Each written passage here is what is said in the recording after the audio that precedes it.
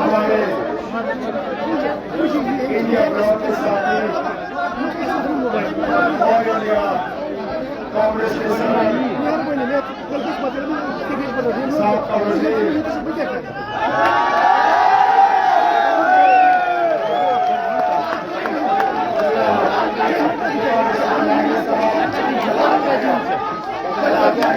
अब बात कर लो, अब बात कर लो, उसको बिठा, उसको बिठा, हो, शबाश, उसको बिठा, बिठा, बिठा उसको, बिठा उसको, बिठाना इसको, बिठा कर, साजिद को पता,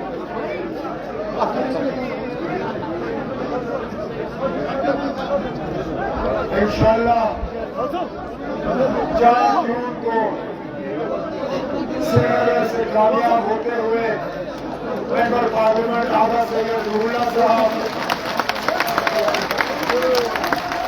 हमारे निहायती सीनियर साथी साबका वजीर और साबका एमएलए जनाब आगा महमूद साहब हमारे आज के प्रोग्राम के मेजबान मेरे नौजवान साथी आप सबके हरदिल अजीज बिलाल अकबर लोन साहब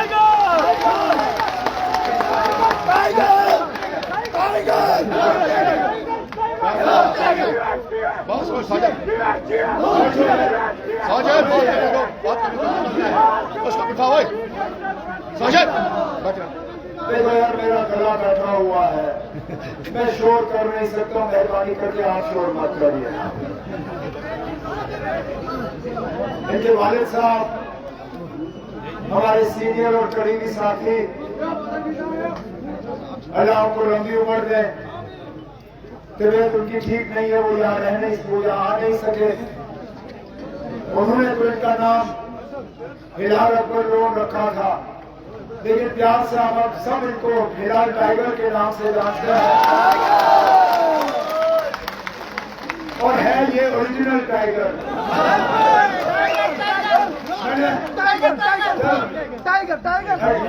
कल से ये देखा कि हिलाल टाइगर के साथ हम में से कुछों को भी टाइगर बनाने की कोशिश की जा रही है। कल के प्रोग्रामों में एक दो नारे चले, tiger tiger, Ruhullah tiger, tiger tiger, Umar tiger, ये नहीं चलता ना। यहाँ एक ही टाइगर टाइगर है, टाइगर टाइगर, हिलाल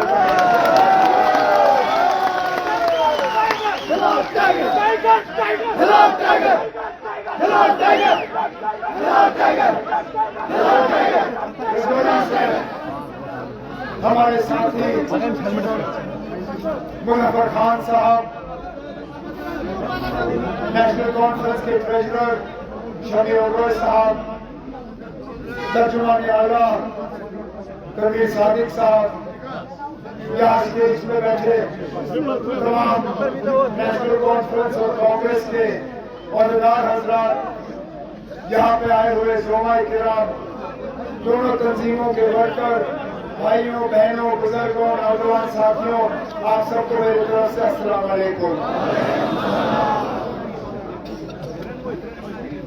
मैंने यहाँ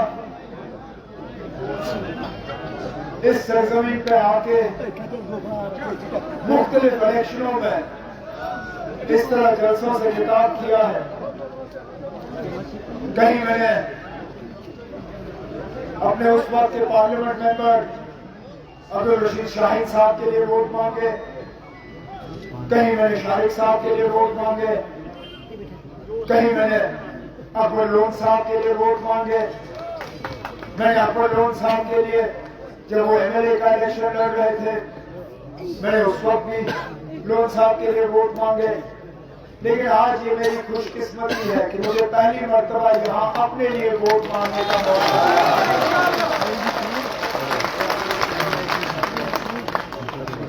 अब मेरी तंजीम ने मुझे नेशनल कॉन्फ्रेंस का मैंडेट देके इंडिया ब्लॉक की तरफ से इलेक्शन लड़ने पे हिदायत क्यों दी, इस पे भी मुझे बार बार जो है ये पूछा जाता है।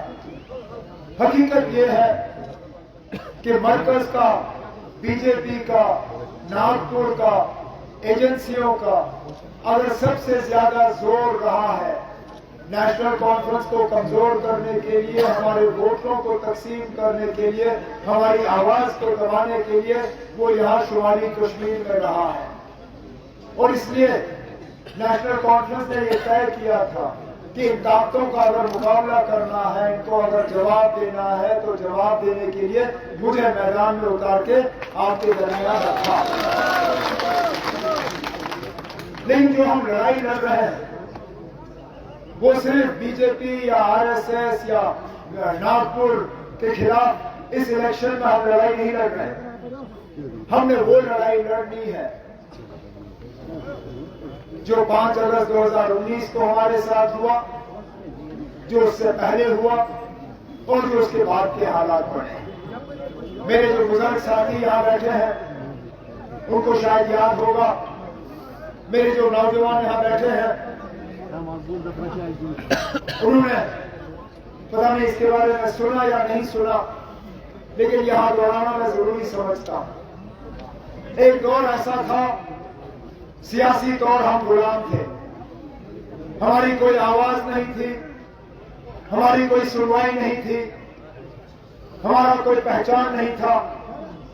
सरकारी दफ्तरों में हमें घुसने की हिम्मत नहीं होती थी, कोई अफसर हमारी बात नहीं करता था, शख्सी राज का दौर था, माल मवेशियों की तरह हमें खरीदा और बेचा जाता था। एक राजा ने खरीदा, दूसरे राजे ने बेचा। इक्तिसादी तौर हम गुलाम थे, हमें अपनी जमीन पे हक नहीं था, हमें अपने पानी पे हक नहीं था, हमें इस हवा पे हक नहीं था, हमें यहाँ रोजगार पे हक नहीं था। हर लिहाज से जो है हम पिसे हुए थे, चाहे जैलदार, चकदार, जमींदार, दौर उनका था, मेहनत आप करते थे, कमाते वो थे, फायदा वो लेते थे। इस दौर में एक शख्स पैदा हुए, उन्होंने ये हाल देख के कहा कि मुझे अपने लोगों को इस मुश्किल से निकालना है। वो एक मास्टर थे, वो एक टीचर थे, उन्होंने मास्टरी छोड़ी, मैदान में निकले, अपने साथियों को जमा किया, कतरा कतरा उन्होंने एक तंजीम खड़ी की और उस तंजीम ने यहाँ के लिए जिद्दोजहद किया। उस लीडर का नाम बाबा कौम शेर कश्मीर शेख मोहम्मद गुजरात है।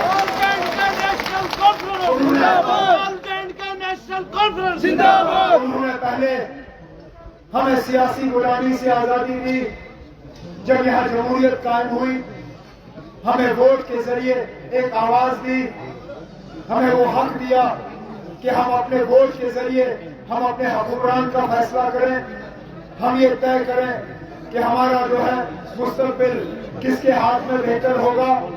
लेकिन जहां उन्होंने सियासी तौर हमें गुलामी से आजादी दी, वहां इक्तिसादी तौर में उन्होंने कहा कि हमें इस गुलामी से जो है निजात हासिल करना होगा।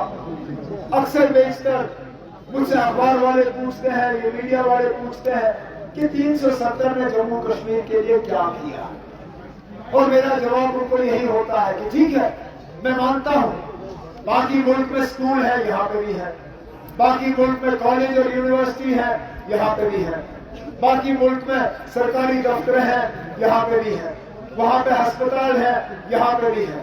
लेकिन एक बड़ा फर्क है वहां और यहाँ में। यहाँ पे एक कलम के एक दस्तखत से बिना एक डबल पैसा मुआवजा लिए हुए बाबा कौम ने यहाँ के लोगों को जमीन का मालिकाना हक दिया। और इस तरह की मिसाल जो है आप पूरे मुल्क में कहीं और नहीं पाओगे। और ये तब मुमकिन हुआ जब यहाँ 370 था। लेकिन हमारे मुखालिफ जो है उस दिन से परेशान हुए और लगातार उस दिन के बाद एक के बाद एक साजिशें रचाई गई नेशनल कॉन्फ्रेंस को कमजोर करने के लिए। चाहे उस वक्त बाबा कौम को जेल डाला गया या उसके बाद अलग अलग तरीके अपनाए गए हमें कमजोर करने के लिए, हमारी आवाज को दबाने के लिए, क्योंकि ये लोग जो है इस चीज से खुश नहीं थे कि हम अपनी जमीन के जो है खुद मालिक थे, अपने मुस्तकबिल का जो है हमें खुद फैसला करने का हक था। आज बदकिस्मती से हम दोबारा उस दौर के तरफ जा रहे हैं जहां हम सियासी तौर भी ये हमें गुलामी की तरफ लेने की कोशिश कर रहे हैं और इक्तिसादी तौर भी हमें गुलामी की तरफ लेने की कोशिश कर रहे हैं। जहां हमारी वोट को जो है दबाया जाता है, जहां हमारे इलेक्शन जो है वो वक्त पे होते नहीं, जहां हमें अपनी हुकूमत जो है चुनने का मौका दिया नहीं जाता, वहां इसी तरह हमें अपनी जमीनों से जो है बेदखल करने की कोशिश की जा रही है। जहां फारूक अब्दुल्ला साहब ने रोशनी स्कीम के तहत यहाँ के लोगों को वो हक देने की कोशिश की कि जहाँ काहचराई जमीन हो, जहाँ सरकारी जमीन हो, जहाँ वो जमीन हो जहाँ किराया देके आप लोग उन जमीनों पे जो है रह रहे हो, घर बनाए हैं, आप जो है ये काम कर रहे हो, उस स्कीम को तहस नहस करके आज उन्हीं जमीनों पे, उन्हीं घरों पे, उन्हीं आपकी जो है खेतों पे जो है ये लोग बुलडोजर चला के आपको उन जमीनों से बेदखल करने की कोशिश कर रहे हैं। जहां तक रोजगार की हम बात करें ना, जैसे सही कहा मेरे साथियों ने, 5 अगस्त 2019 को यहाँ के नौजवानों के साथ इतने सारे वादे हुए। यहाँ के नौजवानों को कहा गया था कि इनके रोजगार में रुकावट अगर है तो हम हल वाले हैं। हमने कहा ठीक है ना, शायद हमसे ही नहीं हुआ, ये लाएंगे रोजगार। वो दिन और ये दिन 5 साल हो गए। कौन से ऐसे नौजवान हैं जनाब जो रोजगार, जिनको रोजगार का ऑर्डर मिला है? मुसीबत ये है कि मजदूर भी बाहर से आता है, ठेकेदार भी बाहर से लाया जाता है, बैंक में अगर मुलाजिम लगाना होता है उसको भी बाहर से लाया जाता है। यहाँ तक कि ये जो डाक हमारे घर पहुंचाए जाते हैं ना, डाक बांटने वाले भी जो है बाहर से लाके जो है यहाँ पे उनको जो है मुलाजमत देके हमसे उनसे कहा जाता है कि जाओ मैदान में जाओ और डाक बांटो। हमें ना चाहे वो दरिया से रेत निकालने का ठेका वो भी बाहर से, हाईवे पे टोल पकड़ने का ठेका वो भी बाहर से। इन लोगों ने अगर हमें कुछ दिया तो बदकिस्मती से हमारे बच्चों को नशीली दवाइयों का और ड्रग्स की आदत और जगह जगह शराब की दुकान है। हर बाजार में इन्होंने और कुछ नहीं तो शराब की दुकान खोलने की कोशिश की। स्कूल नहीं बनाए, कॉलेज नहीं बनाए, अस्पताल नहीं बनाए, हमारे पुल वहीं के वहीं हैं, रोजगार नहीं दिया, लेकिन शराब की दुकान है। और शराब की दुकानों में कमाई, अल्लाह नजात दे। मैं पिछले दिनों कुपवारा में था, हम यहीं पे हैं। अब बाजार जब आप यहाँ से निकलोगे किसी दुकानदार के पास रुक के उससे पूछना कि उसकी रोज की कमाई कितनी है, वो कहेगा 1000 रुपए, 2000 रुपए, 5000। अगर बड़ी दुकान होगी वो कहेगा वो दिन का 10,000 कमाता होगा। कुपवारा में चौक में जो शराब की दुकान खुली है, आपको मालूम है दिन की उसकी कमाई कितनी है? 4 से 5 लाख रुपए महीने में वो 1 करोड़ से ज्यादा कमाता है उस दुकान से। आप हमें नौकरी नहीं दे सके, आप हमें ठेके नहीं देते हो, यहाँ नई फैक्ट्रियां नहीं खुली, यहाँ कोई नया प्रोजेक्ट नहीं आया, लेकिन शराब की दुकानें खोल के आप आमदनी कमा के दुनिया को बेवकूफ बनाना चाहते हो कि कश्मीर में जो है हालात बदल गए, तूफान हो गया। कुछ नहीं बदला ना, मां सिवाय ये कि हमें बेइज्जत किया गया, हमें जलील किया गया, हमें तंग किया गया, हमारे बच्चों को जो है बिना किसी वजह गिरफ्तार किया गया। अब हम जो यहाँ लड़ाई लड़ रहे हैं, इसलिए हम बार बार, मैं और अब्दुल्ला साहब, हम बाकी, हम जब वोट मांगते हैं, मैं हमेशा कहता हूँ ये वोट मेरे लिए नहीं है, ये वोट हिलाल अकबर लोन साहब के लिए नहीं है, ये वोट आपके लिए नहीं है, ये वोट बारामूला सिर्फ पागलवानी हल्के के लिए नहीं है, ये वोट आपने देना है तो इस पूरी कौम के लिए देना है, क्योंकि हमने इस कौम को इस मुसीबत से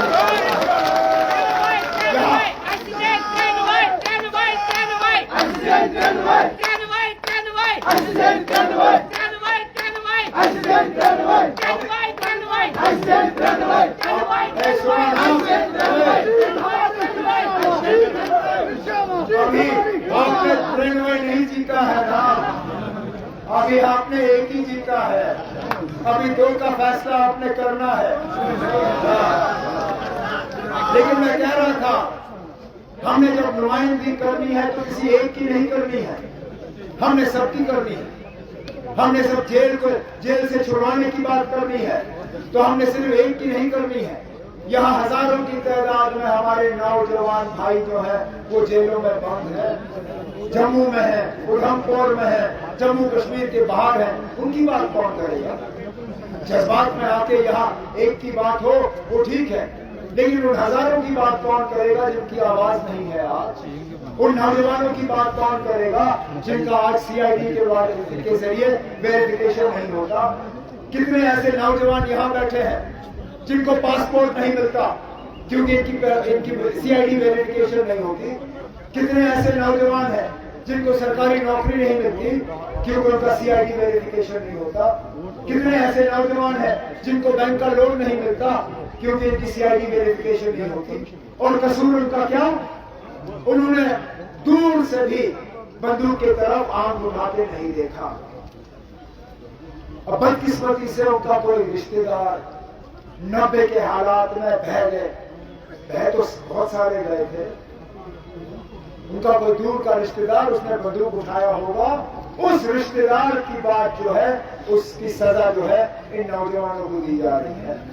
ये मेरी हुकूमत है जिसमें अकबर लोन साहब वजीर थे, अपने रूहुल्लाह साहब मिनिस्टर थे, अपने वकार रसूल साहब मिनिस्टर थे, जिसमें हमने फैसला किया था कि हम ये ब्लैक लिस्ट नहीं रखेंगे। मिलिटेंट का बच्चा मिलिटेंट नहीं है, मिलिटेंट का पोता मिलिटेंट नहीं है, मिलिटेंट का दामाद मिलिटेंट नहीं है।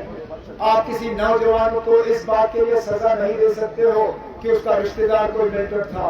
और इंशाल्लाह सितंबर में दोबारा जब यहाँ हुकूमत बदलेगी हम इस निजाम को दोबारा ठीक करके यहाँ के नौजवानों को जेलों से छोड़ने का काम करेंगे। यहाँ के नौजवानों को पासपोर्ट, यहाँ के नौजवानों को रोजगार, यहाँ के नौजवानों को इंशाल्लाह बैंक लोन देने का निजाम जो है वो हम इनके सामने पेश करके इनके हवाले कर देंगे।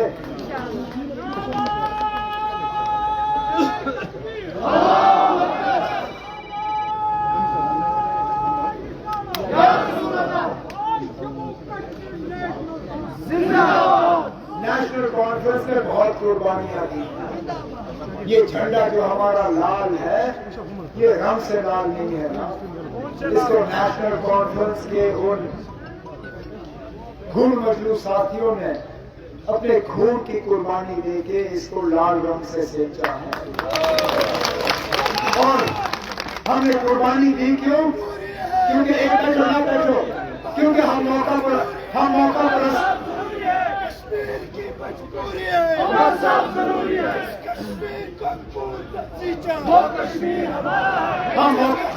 परस्त लोग नहीं है, हम खुदगर्ज लोग नहीं है। हमने जब 35-36 साल पहले यहाँ बंदूक लाने की बात आई, नेशनल कॉन्फ्रेंस ने उस वक्त ही कहा मत करो ये, अल्लाह मग़फ़िरत करे उन्हें। मरहूम अब्दुल वली लोन साहब जब वो फारूक साहब के पास आए थे उस वक्त और कहा फारूक साहब को मैं इजाजत लेता हूं, मैं जा रहा हूं। फारूक साहब ने सोचा मतलब घुमरा के लिए जा रहा होगा, तो पूछा कहां जा रहे हो लोन साहब? कहा फारूक साहब मैं बाहर जाऊंगा, मैं बंदूक ले आऊंगा। फारूक साहब ने उस वक्त उसको हाथ जोड़े, कहा लोन साहब मत लाओ ये बंदूक, यहाँ तबाही होगी, बर्बादी होगा, यहाँ नौजवान जो है वो खत्म हो जाएंगे, हमारी गलियां जो है वो उनमें खून बहेगा, हमारे कब्रिस्तान भरेंगे, लेकिन और कुछ नहीं बदलेगा। नहीं माना उन्होंने, बंदूक आई। फारूक अब्दुल्ला साहब ने, मुझे आज भी याद है, हजरत बल में तकरीर की, उस वक्त नौजवानों को कहा अगर आपको फारूक अब्दुल्ला पसंद नहीं है मैं चला जाऊंगा, लेकिन ये बंदूक मत उठाओ, इस बंदूक में आपका मुस्तकबिल तबाह होगा और कुछ नहीं होगा। लेकिन उस वक्त ऐसी फिजा बनी, ऐसी हवा चली कि यहाँ हालात ही अलग हो गए। आज अल्लाह का शुक्र है कि ऐसी नई बातें हो रही हैं। मैं तो खैर मकदम करता हूँ इस बात का कि जमात इस्लामी की तरफ से कल बयान आया, उन्होंने कहा अगर उनके ऊपर जो बैन लगा हुआ है अगर वो बैन उठा दिया जाता है तो इलेक्शन लड़ने के लिए तैयार होंगे। अल्लाह का शुक्र है, देर आए दुरुस्त आए। मैं कहता हूँ जितनी जल्दी उनके ऊपर से ये बैन हटे, जितनी जल्दी ये मैदान में आए, जितनी जल्दी अपने उम्मीदवार जो है इलेक्शन में उतारे उतना अच्छा है, क्योंकि हमने पहले दिन से कहा बंदूक से कुछ नहीं बदलेगा, पथराव से कुछ नहीं बदलेगा, यहां हालात बिगाड़ के कुछ नहीं बदलेगा। अगर हमने कुछ बदलना है तो अपने वोट का इस्तेमाल करके हमने यहां अपना मुस्तकबिल बदलना है। यहां मिसाइलों की कमी नहीं है, चाहे जो स्टोन क्वारी की बात चित्रकूट में ये हमारे हिलाल टाइगर साहब करते हैं, इसकी अगर हम जिक्र करें, बिजली की बात होती है ना, जहां जहां मैं जाता हूं लोग बिजली को लेकर परेशान हैं। रोज 6-6, 8-8, 10-10 घंटे कट और बिजली का बिल आपको वक्त में पहुंचता है। कभी इन्होंने मीटर लाए, फिर इन्होंने वो डिजिटल मीटर लाए, अब इन्होंने स्मार्ट मीटर लाए। मीटर ऐसी गजब की चीज है, पहले उसमें पैसा भरो, फिर लाइट हो ना हो उसमें से जो है आपका पैसा जो है निकलना शुरू हो जाता है। महीने की बिल जहां मेरे दौरे हुकूमत में 150, 200, 250, 300 से ज्यादा नहीं। आज अगर आपके घर में एक भी बल्ब लगा हो तो महीने का कम से कम 1640 रुपए ये आपसे लेते हैं बिजली का फीस। राशन का हाल, ये लोग जो दावा करते हैं, कोई सेब दिखाता है, कोई बाल्टी दिखाता है, कोई कलम दवात दिखाता है। अरे मैं इनसे पूछता हूं, हुकूमत तो इनकी थी जब आपका राशन जो है यहाँ खत्म किया गया, जब एपीएल को राशन के स्कीम से निकाला गया, जब बीपीएल का स्केल जो है काट के 5 किलो पे लाया गया, जब यहां से इन्होंने मिट्टी का तेल राशन कार्ड से निकाला, जब उन्होंने चीनी राशन कार्ड से जो है गायब की, तब तो यही लोग थे, तब इनकी आवाज कहां थी। इसीलिए तो मैं कहता हूं ना, अब आपको अपनी आवाज बुलंद करनी होगी, आपको एक नुमाइंदा ऐसा भेजना होगा जो पार्लियामेंट के अंदर जाके वहां आपकी आवाज बनके आपके हकूक के लिए लड़े, हम दोबारा वो हासिल करें जो हमसे छीना गया था। और इंशाल्लाह वो मेरे साथी और मैं जो है मिलकर वो लड़ाई लड़ेंगे, ताकि हम जम्मू कश्मीर को दोबारा उस मुकाम पे देखें जिस मुकाम पे देखने का हमें हक है और हमें जो विरासत में जो ख्वाब मिले थे।